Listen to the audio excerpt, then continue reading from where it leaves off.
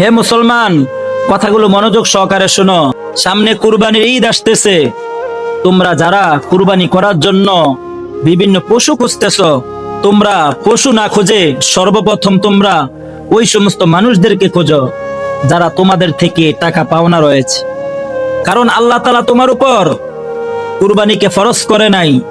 তোমার ঋণ রয়েছে, তুমি মানুষকে টাকা দিতে পারো না, মানুষকে টাকা দাও না তুমি, কিন্তু তুমি কুরবানি দেওয়ার জন্য প্রস্তুত।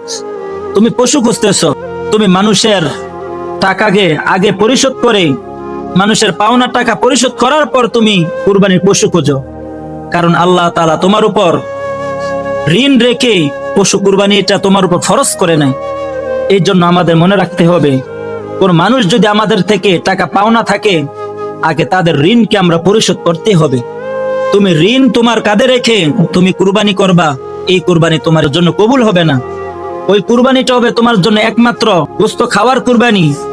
আল্লাহ তাআলাকে রাজি খুশি করার জন্য যে কুরবানি মানুষ করে, সেটা একমাত্র ওই সময় হবে যখন তোমার কোনো ঋণ থাকবে না, যখন তোমার কোনো সমস্যা থাকবে না, যখন তুমি নেশাব পরিমাণ সম্পদের মালিক হবে, তখনই তোমার উপর কুরবানি ফরজ। এই জন্য মনোযোগ সহকারে তোমরা এই কথাটা শুনে তোমরা মানুষকে খুঁজতে থাকো, কারা তোমার থেকে টাকা পাওনা রয়েছে, তাদের টাকাকে আগে তুমি পরিশোধ করো, তারপর তুমি কুরবানি করো।